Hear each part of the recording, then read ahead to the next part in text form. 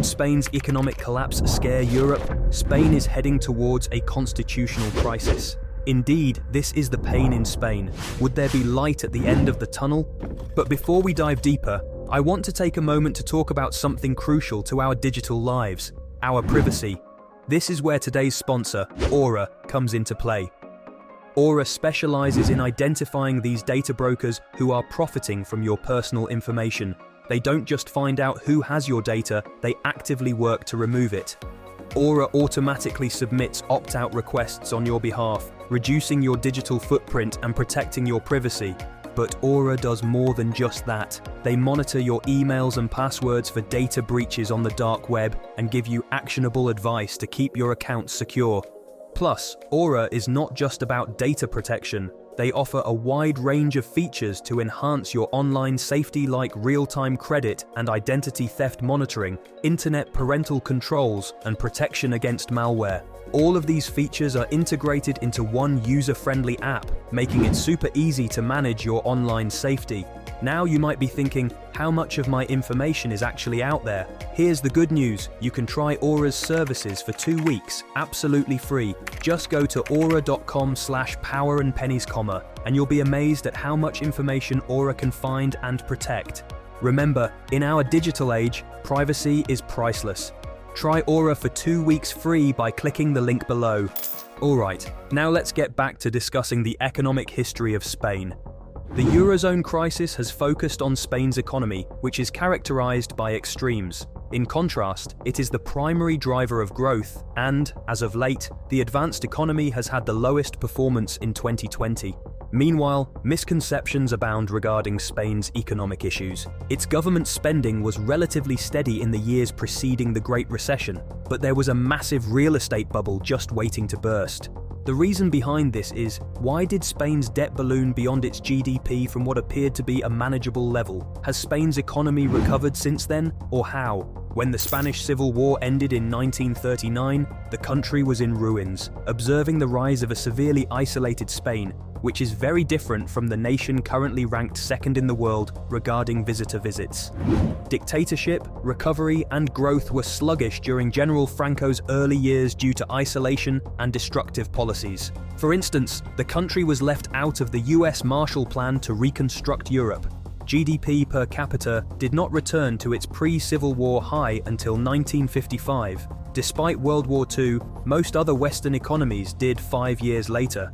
Generally speaking, during his tenure in office, Franco's economic policies were not set in stone but changed. However, there was a shift in trend from independence to liberalization. The severe deficiency of foreign exchange reserves by the late 1950s was a significant impetus for this shift. A fallout from unsuccessful independence and isolationism, which had a significant role in Spain's decision to switch to pro-market policies. What came about as a result of the so-called Stability and Liberalization Plan was dubbed the Spanish Economic Miracle, generating an Iberian economic tiger a la Costa del Sol. But don't get me wrong, Spain was a dictatorship without the liberties it has today. In the 1960s, an estimated 3 million people moved to cities, roughly 10% of the population. Many people who relocate overseas frequently send back significant remittances. During this period of liberalization, Spain joined international organizations such as the GATT, which was the forerunner of the WTO. Meanwhile, economic development picked up speed following Franco. The democratic transition also helped Spain become a member of the European Union, or EU, as it was then known in 1986, as well-known Spanish businesses began to attract notice outside. It's crucial to remember that Spain's official unemployment rate remained persistently high in the 1980s and 1990s despite its rapid growth. Spain embraced the euro in 1999, even though it had only recently joined the EU in the middle of the 1980s. People believed the goal was to show the world how far the economy had come and how open and integrated it needed to be. The Spain currency. It gave up its monetary autonomy, the power to devalue its currency, and the capacity to control interest rates in exchange for adopting the euro. In addition, it could pay for imports with a stronger currency, facilitate commerce with its neighbors, and, possibly most importantly, acquire more affordable financing. Even though there were many changes during this time, there were a few noteworthy aspects. The current account, which refers to the movement of money, products, and services, experienced a decline. Interestingly, the nation's current account was negative before implementing the euro, but things got worse, and this peaked right before the Great Recession. This is not unexpected since imports tend to decline, and foreign funding tends to dry up during recessions. One of the main components of Spain's economic bubble was the enormous credit accumulation. You see, borrowing became more affordable, and introducing the euro led many investors to assume that the creditworthiness of countries like Greece, Italy, and Spain was on par with Germany's. Demand is rising, which is narrowing the gap in interest rates. Meanwhile, there is a widespread misperception that Spain's central government did the borrowing. This was undoubtedly the case for Greece, but it wasn't at all the case for Spain. Before the crisis, Spain's debt was minimal, and it even had budget surpluses, raising the question of who was borrowing. Companies that specialize in building handled the majority of this. But who gave them the loan? Regional economics is essential in Spain since a significant amount flows from the country's regional savings banks via the global market. Fiscal decentralization. The nation has exceptionally high levels of fiscal decentralization and is divided into 17 regions. For instance, local and regional governments handle a large portion of tax collection, healthcare costs, and education spending. Similarly, before the crisis, Spain had about 45 regional savings banks, many of which had committed entirely to lending money to speculative real estate. However, when Spain joined the euro, they were expected to have a debt issue. It may seem unusual in a post-financial crisis world, but remember, this was pre-crisis. According to the EU's official study, they were the first nation in the world to compel banks to set aside more money for non-performing loans in the good times. Additionally, we were surprised to see that an estimated 35 billion euros were set aside. But as we're going to discover, the money we saved was far from enough. What caused the housing bubble in Spain? Before we continue, please hit the subscribe button below to our channel Power and Pennies, where you get updates and new global information. You can also like, share, and comment on this video. Let us know what you think about Spain. The average home price shot up in the early 2000s, as was accurate in many economies, but what distinguished Spain was its reliance on expansion in the construction industry. For instance, credit to the real estate industry was far more than credit to the economy as a whole. By the time of the crisis, which was brought on by an increase in mortgage defaults across the Atlantic, Spain's real estate debt had reached about 50% of its GDP. And no mistake, employment in the building industry was crucial to Spain's economy. More than 1/8 of all workers were employed in the construction industry in 2007, resulting in more home starts than Germany, France, the UK, and Italy. However, due to the labor-intensive nature of the building industry, the model favored it, which helped to lower unemployment. Pro-real estate political measures also contributed to price increases. Fantastic news for the 80% of Spanish voters who were, at the time, homeowners. But eventually, it had to burst, just like any bubble. Average home prices fell by 45% from their peak, forcing many people into negative equity, a situation in which their debt was more than their asset value. People began to understand that building all these houses at ever-increasing costs didn't make sense as finance dried up and panic took over the world.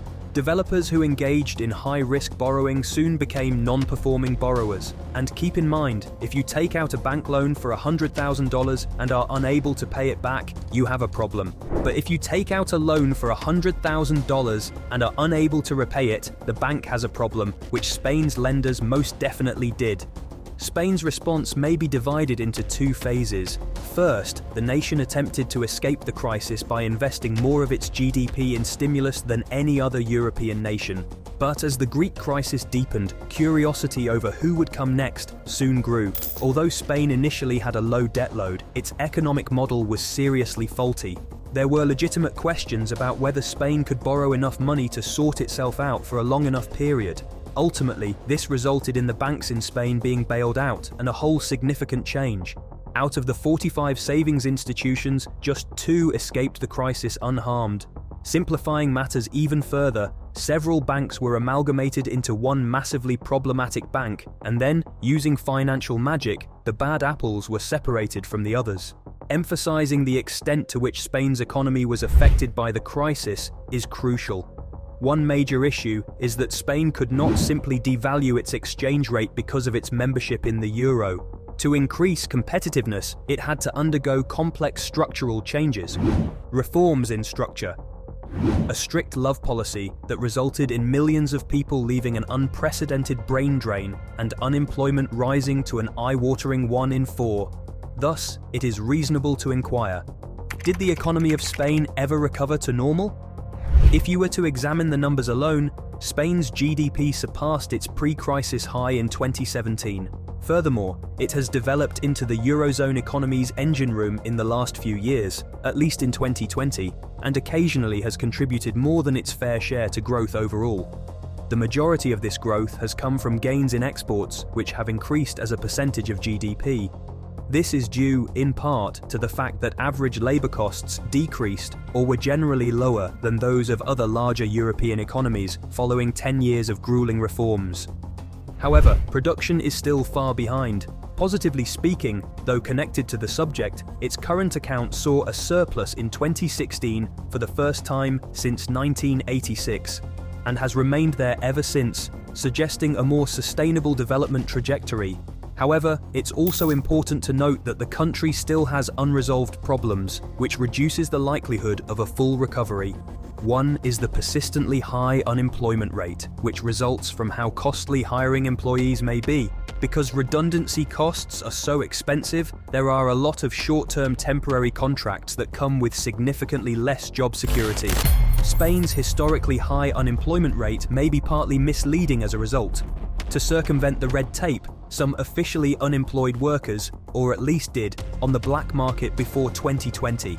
Now, Spain's chronic unemployment problem is partly due to having the most significant rate of education and training in all of Europe, which helps to highlight the country's infamously high youth jobless rate. These points began to plague the country during the Great Lockdown. As per the IMF, Spain's economy has contracted the most out of all advanced economies, with the decline in tourism being a major contributing factor. However, this is mitigated when one considers that France, the world's most visited country, was less affected. Importantly, as previously stated, Spain has the most significant percentage of temporary workers, more than 25% of the workforce, while in France, their rate is closer to 16%. At least some of the distinctions between the two countries can be understood in light of the termination of these temporary employees.